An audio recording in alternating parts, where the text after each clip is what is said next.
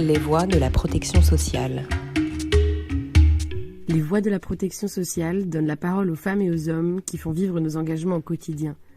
À travers ces témoignages, ils évoquent leur parcours, leur histoire et la fierté qu'ils ont à exercer leur mission.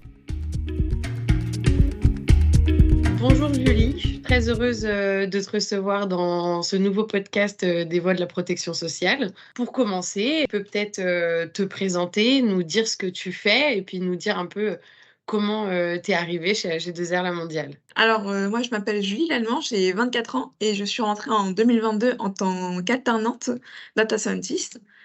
Et j'ai pu poursuivre mon parcours chez AG2R La Mondiale cette année au sein de la Data IA Factory, toujours en tant que data scientist. Alors, c'est quoi un data scientist? Alors, du coup, il faut savoir qu'un data scientist, c'est quelqu'un qui essaie de comprendre et de répondre aux besoins des métiers qui viennent nous solliciter grâce aux données, donc.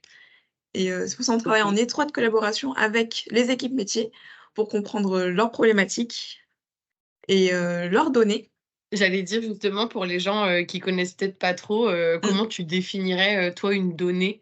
Qu'est-ce que ça représente une donnée? Peut-être aussi concrètement, qu'est-ce que tu vas gérer comme donnée justement? Alors une donnée, ça peut être, par exemple, notre numéro de sécurité sociale, notre nom, OK. prénom, adresse. C'est vraiment tout ce qu'on renseigne, par exemple, lorsque l'on remplit un contrat. Et Mmh. des données clients, on en a vraiment énormément. Donc il y a le type de contrat, combien de personnes sont attachées, et c'est vraiment plein de types de données. Donc il faut, sécuriser, nettoyer et qui Mmh. sont très importantes pour notre métier, donc pour, faire des modèles, cohérents et de qualité. Qu'est-ce qui t'a amenée vers ce métier? Ah, alors moi, il faut savoir que de base, je suis très, très curieuse, j'aime tout ce qui est jeu d'énigmes et c'est vrai que pendant mes études, j'ai eu, affaire à un cours de machine learning et j'ai vu que ça correspondait tout à fait. Donc les missions que j'ai en tant que data scientist, c'est ont pour but donc de résoudre un problème comme une énigme et avec les données que j'ai à ma disposition, donc le résoudre. Et finalement, tu es vraiment dans ta vocation en ce moment?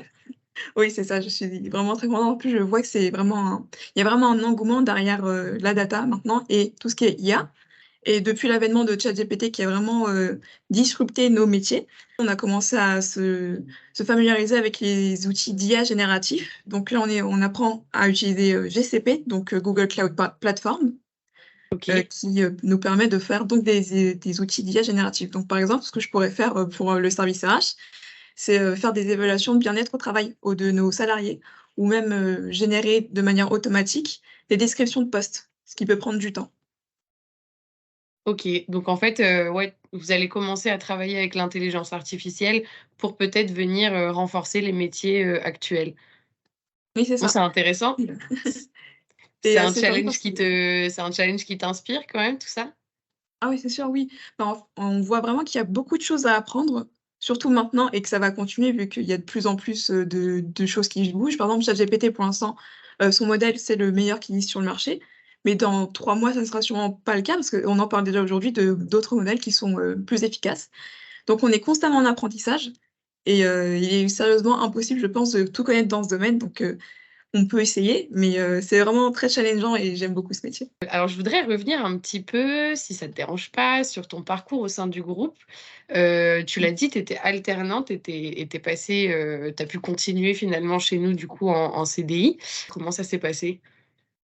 Alors du coup, moi, il faut savoir qu'auparavant, j'avais fait 3 ans d'alternance, dans un autre secteur par contre, mais Mmh. toujours dans l'assurance et donc je voulais rester dans ce secteur de l'assurance et mes collègues le savaient très bien d'ailleurs que ça me plaisait vraiment. Tout ce qui est santé, ça m'intéresse parce que je trouve que c'est utile au quotidien et j'ai besoin de me sentir utile et c'est vrai que très tôt, mes supérieurs, donc à l'époque, c'était Julie Prieur et mon tuteur, Tony Briand m'ont parlé de vouloir me recruter lors de mon évaluation annuelle, en janvier donc. Mmh. Et donc on était vraiment sur la même phase et j'ai pu accepter vu que c'était là où je me voyais bien continuer, oui. Voilà, c'est ce que j'allais dire, est-ce que c'est parce que tu te retrouves aussi peut-être un peu dans les valeurs du groupe? C'est peut-être ça qui te parle? Oui, oui, oui, totalement. C'est, dans ce groupe, en fait, c'est vraiment l'humain avant tout et c'est quelque chose que je recherche. Il y a un équilibre même, vie personnelle, vie professionnelle. Les sujets sont passionnants et il y a vraiment beaucoup à faire ici donc c'est très agréable de joindre une équipe, motivée où il y a vraiment du travail à faire. Alors j'ai bien aimé justement, t'as dit te sentir utile. On a des métiers qui eux vraiment sont en contact direct avec le client. Toi, ton métier peut-être un peu moins. Est-ce que malgré tout, tu arrives à te sentir intégré, on va dire, dans cette mission collective? Vu qu'on travaille de très près avec les métiers lorsqu'on leur fournit des outils, on a forcément des retours. Par exemple, là, ma collègue, a fait un modèle de segmentation sur, des contrats qui sont en liquidation. Il ne faut pas qu'ils soient en retard de paiement et donc on peut voir, c'est d'ailleurs eux-mêmes qui nous l'ont dit la semaine dernière, qu'on a une baisse de 10 de ces retards. Donc, Ok. déjà rien que ça, 10 il me semblait que c'était sur, 1 mois peut-être environ. Je trouve ça Ouais, c'est énorme et donc concret. on se sent vraiment utile. Et justement, j'allais dire, bah, tu l'as un peu dit, mais si tu devais le formuler, qu'est-ce qui te rend véritablement fier dans ton métier? Ce qui me rend fière, c'est déjà de maîtriser des technologies, on va dire, innovantes tout de même. C'est pas tout le monde qui peut y avoir accès puisque c'est tout nouveau en fait, surtout ce qui est IA. C'est tout nouveau, mais ce qui est scoring, c'est vrai que c'est ancien, mais les grands groupes comme le nôtre ne sont pas encore à fond dedans.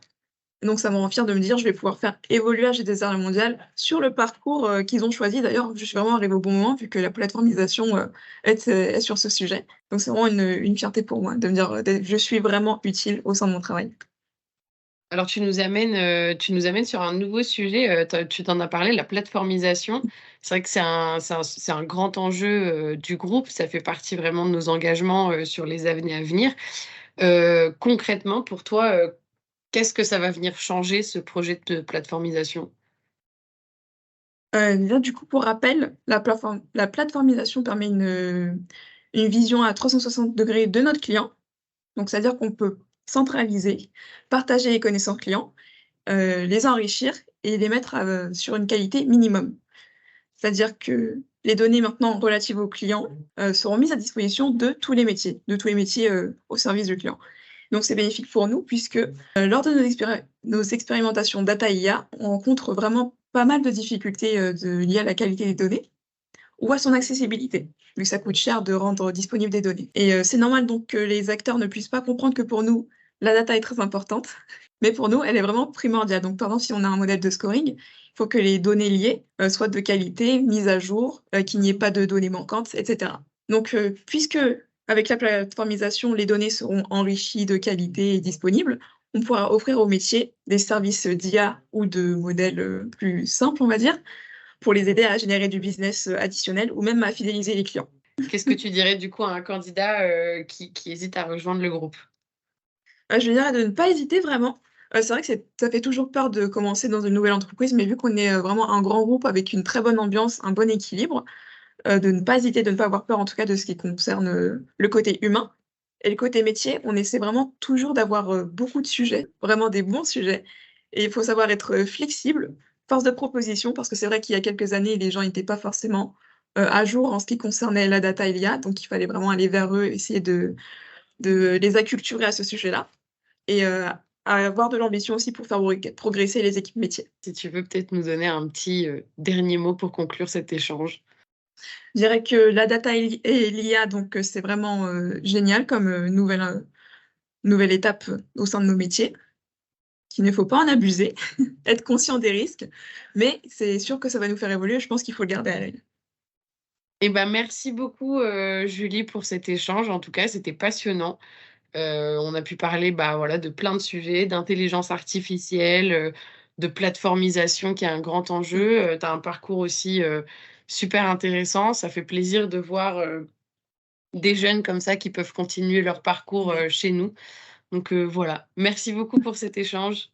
Ah merci à toi, c'est vrai que ça fait aussi très plaisir, déjà de rester et même, cette interview aussi était super sympa. Merci beaucoup.